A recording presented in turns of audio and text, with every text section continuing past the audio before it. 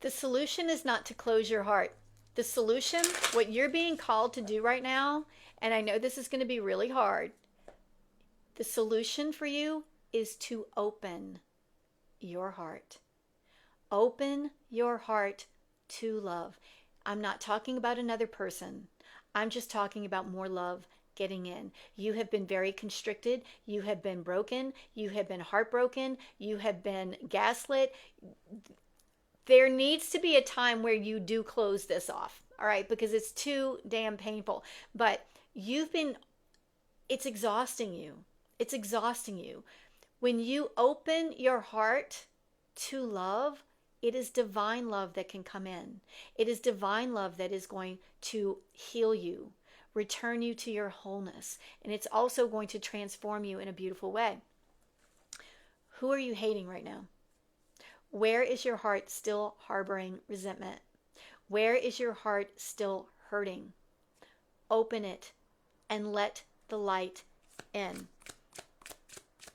And if you don't do that, you're never going to have another partner. All right. And I know you are still 6 of cupsing about that other relationship. Maybe you're just supposed to love them. Maybe that's the answer here. Maybe hating them and harboring ill will towards them, maybe that's just not the answer. It's never the answer. And you're the one that's suffering. They're not suffering from this. You're suffering from this. It is okay to love people that have hurt you. In fact, it's part of the healing process. Don't attach to them. Don't play with them in the sandbox. Don't invite more pain back in your life. That's the paradox between soul and human. The soul is designed to love. The human needs to navigate that. The human needs to set boundaries. The human needs to not allow people to walk all over them anymore. And your human has some really hurt parts that still need your attention. You need your love right now. You've been giving it to other people entirely too long. You need to reclaim that love and get out of the pain that you're causing for yourself.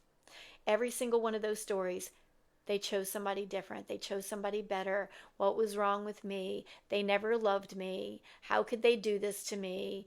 Victim, victim, victim, victim, victim, victim, victim. And you're doing this to yourself. Nobody else is writing these stories. You are. You are. But if you are imprisoning yourself with these stories of lack, these stories of pain, these stories of suffering, these stories of abandonment, guess what? You can bust yourself out of these stories too. So what are the stories that are keeping you stuck? Put it in the comments. What is that go-to story for you that's causing you pain? It's probably I wasn't fucking chosen. But here's the thing. You choose you. Stop looking for somebody else to take an action to make you feel better. There's nothing wrong with you. Their rejection of you, that's not about you. It's about them. It is about them. But your body is so used to those stories. It's trying very hard to rewrite other ones, and you're not letting it. So, love is the answer. Also, discernment. Discernment. You might do love entirely too well, but when you are lacking in discernment, and many people that have been traumatized, many people who have abandonment issues, many people that come from a really shitty early life experience, do not know what safe love feels like. Were you ever taught?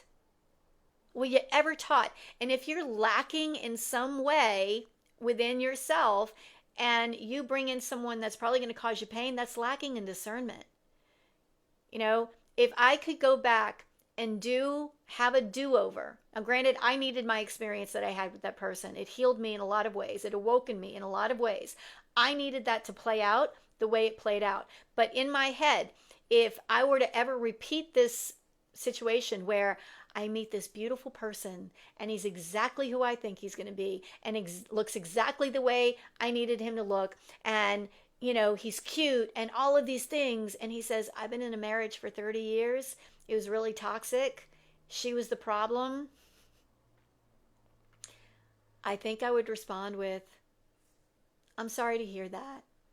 That's never an easy situation. No, you can't have my number.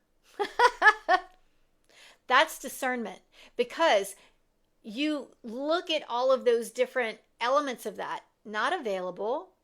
You're not going to be a rebound. No, you're not a rebound. No, you're not a rebound because I want you, I want you, I want you. No, you say no. Discernment gives you the ability to say no, or you're saying yes to more pain. If you cannot say no to something that, or you can't discern what's safe or not, and you say yes, you're going to have more pain, you're going to have more pain. So you can say no with grace. You can want somebody or be attracted to somebody and say, it's not the right time. You know, if our paths cross again, maybe at a later time, I would love to have dinner with you, right? But I don't think you're quite ready for the depths of my heart. I don't think you're ready for that. Anyway, so keep your heart open. Don't shut it down. Don't stay angry. Don't stay resentful. It's only hurting you. And work on that discernment piece. What are you going to do next time in that situation? Play that tape forward. All right? So the next time you're in that situation, you can actually take action. And that action can match what is in alignment with what your soul is now programmed to have. All right? Stop gaslighting yourself. I love you.